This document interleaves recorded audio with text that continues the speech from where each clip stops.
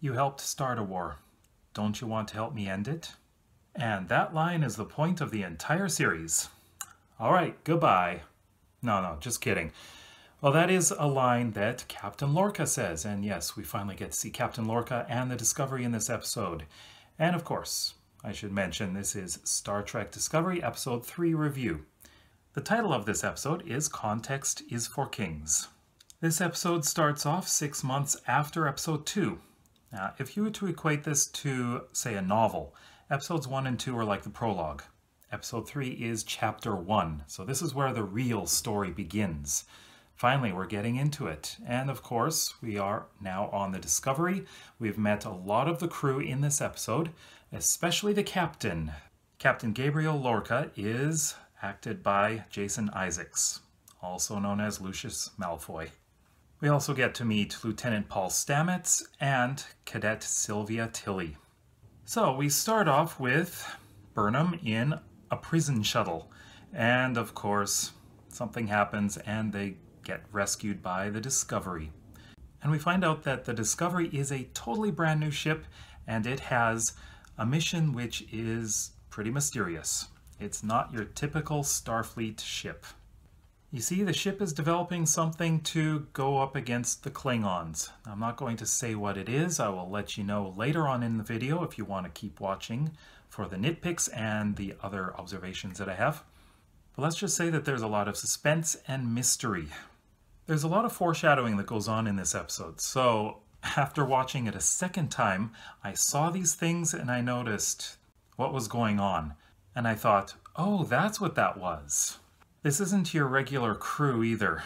The captain, Stamets, and Tilly are quite interesting ones. They're pretty unusual, actually. So let's talk about them.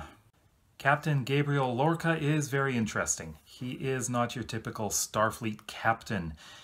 Let's just say he's totally screwed up. Jason Isaacs actually mentioned this in a tweet once.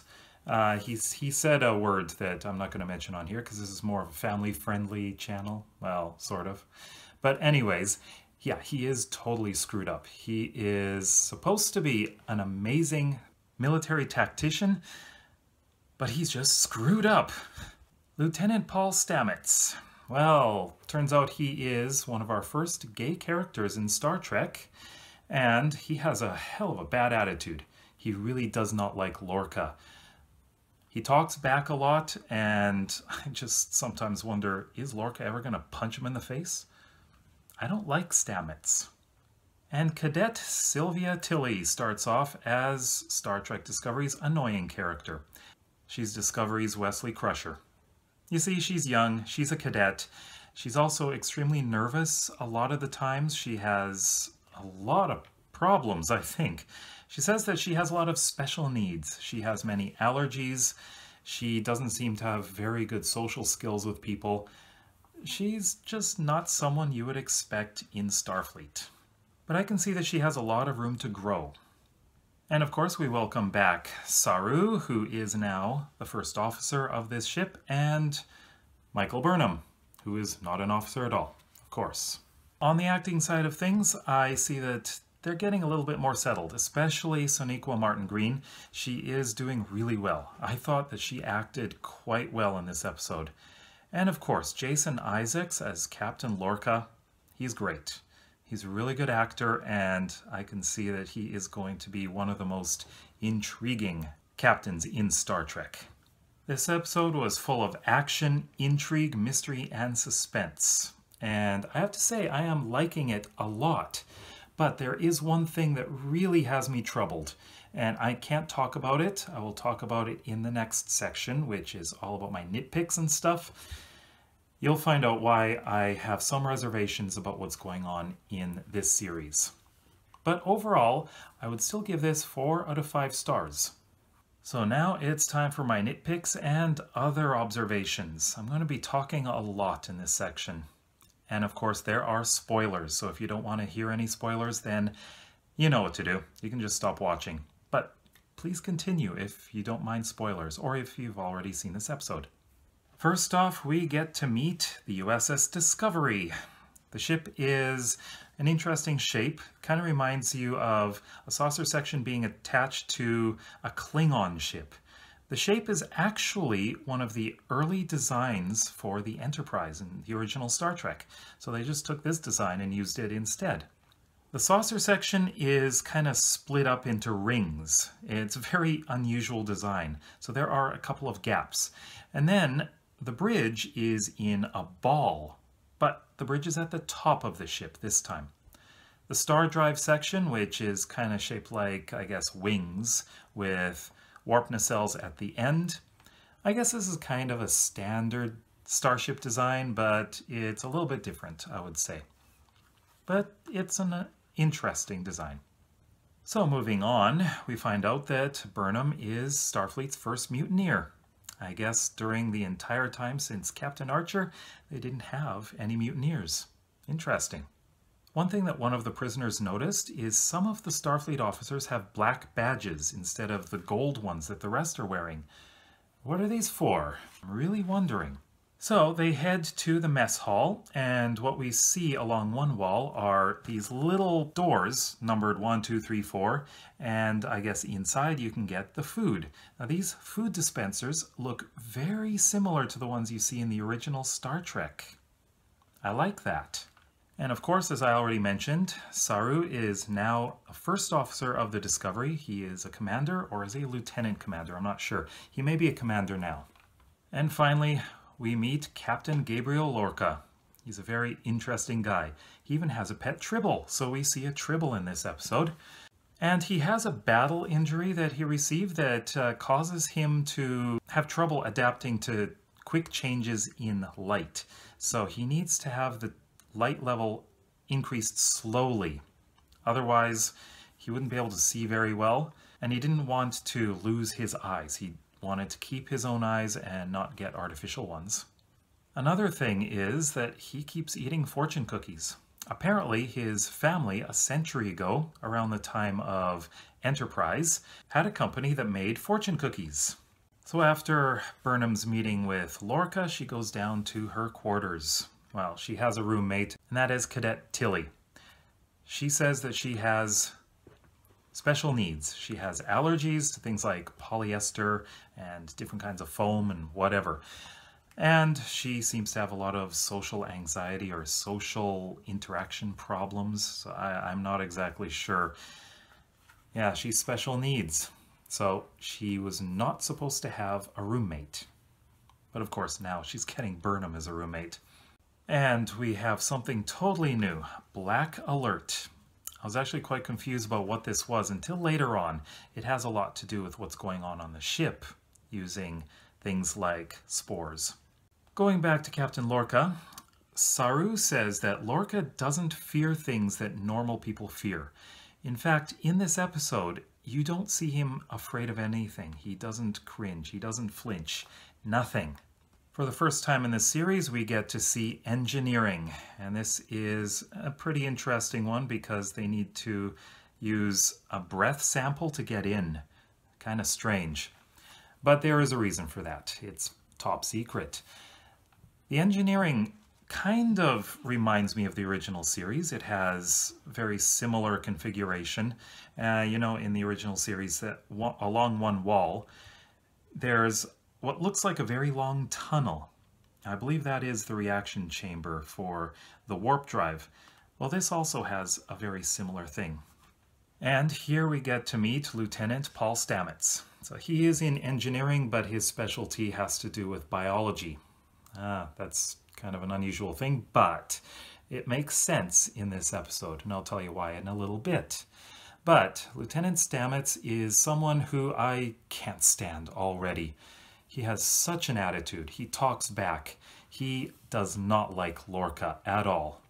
While we're in engineering, we see that Stamets is communicating with someone from the sister ship, the USS Glenn, who happens to be his friend, and they're doing the same job, really.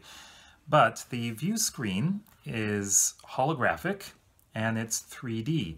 Now, the other series, like Next Generation and After, I would assume that their view screens are holographic and 3D, but they didn't have the visual capabilities to show that. it wasn't done as well. It just looked like flat screens. But here it is totally holographic, which makes a lot of sense. And going back to Tilly, she snores and drools in her sleep. Yeah, that's interesting, but here Burnham was getting a breath sample of hers. And, you know, she needs to get into engineering with that. And so with that breath sample, Burnham gets into the secret engineering lab and we find out that it's filled with fungus. That's the secret. But what is this fungus for? More on that a little later. And then we get to see a bit more interaction between Stamets and Lorca. Stamets is talking back constantly. Lorca, he won't have any of that. You can tell that he will not take anything like that. He's very serious. The shuttlecraft in Star Trek Discovery are a bit different than in the original series. I guess they have same general shape, but they are a different color, plus they have an airlock you can actually connect to the side of a ship at the back. Also, they can go to warp. Never saw that in the original series. So while we're on the shuttle, a little more information comes out. Basically, physics and biology are the same. That's kind of confusing, isn't it? Well, it really isn't. At the quantum level, they are the same. Everything is physics at the quantum level. And what does this have to do with everything? Well, they're working with a lot of biology and they're using this for physical reasons. So they're saying that the universe has like arteries and connective tissue and whatever. I can't exactly remember the quote, but it is all the same at the quantum level.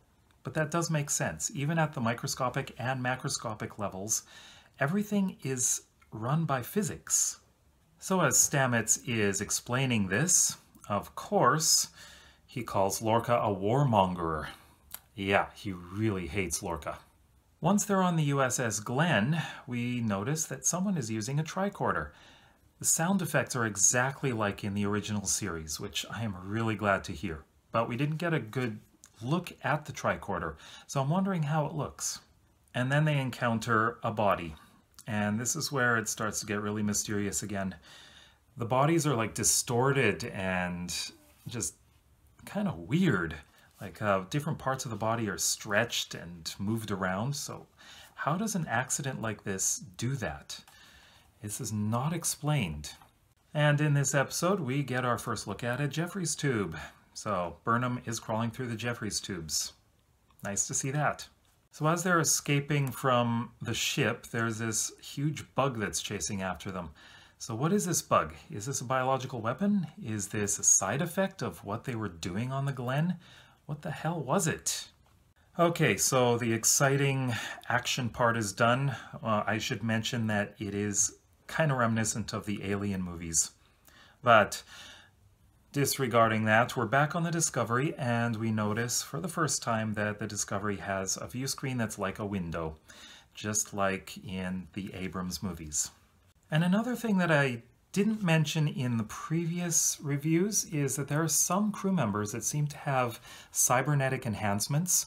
There's even one that looks like a robot. So what are these, cyborgs? As we near the end of the episode, we're finally getting to learn some things. Why is Burnham on Discovery? Well, it turns out Lorca wanted her there. He wants her to join the crew. So he's been given a lot of discretion to do as he sees fit, which makes me really wonder what the hell is going on with the Discovery? What is this ship? Why is this so important? So Burnham thinks that this is a biological weapon that they're producing. So she quotes Geneva Protocols from 1928 and 2155 that say that you can't use any kind of biological weapons. They're prohibited. But as we are about to find out, that's not what's happening. So what's happening is they are developing a biological propulsion system based on mycelium spores. So yeah, it's fungus. Now this is where I have issues, and I'm not exactly sure where this is going to go because in the original series and after, we hear nothing about this kind of propulsion system. Of course, in Voyager, they use these biological gel packs in their circuitry, but we never hear about any kind of propulsion system based on biology. And what exactly did Burnham see? It seems like she could see other worlds. They even looked at Romulus. And at this time, they had never seen a Romulan. They don't know what Romulans look like. They first see what Romulans look like in the original series, in the first season. So how can they see what Romulus looks like when they don't even know? They've never seen them before. So what is going on? Is she having images of these places projected into her mind? Is she actually being kind of transported to them and then back? Or is she being split into those two different places? So what is this propulsion system that they're using? What exactly is happening with this? This is something I hope will be explained fully as the series goes on, because I'm really skeptical about this. I kind of feel a little uncomfortable connecting biology with physics in this way, because it's never mentioned in Star Trek. So of course, Burnham accepts Lorca's offer to join the crew, and Lorca thinks that Burnham did the right thing when she was on the Shenzhou. He totally agreed with her decision and her choice. And we find out a bit more about Burnham and her relationship with Sarek and his family. Well, she has a book, The Adventures of Alice in Wonderland, and she was given that book by Amanda. That's Spock's mother. Now, Burnham mentioned that she spent time with Amanda, who was the only other human in the household, as well as her son, who, of course, would be Spock. So Spock is mentioned, just not by name. We're almost done, but there is one other thing that I liked hearing. Photon torpedoes have the same sound effects as in the original series. That's also nice to hear. And finally, that bug that they saw on the Glen, well, they beamed it aboard. So what the hell is this thing? What is going on? Lorca went up to it, and it charged at him, hitting a force field, but Lorca didn't even flinch. Wow. He has absolutely no fear. I'm really wondering what's going to happen. So what did you think of this episode? I've noticed some people have been giving my videos a thumbs down, probably because they disagree.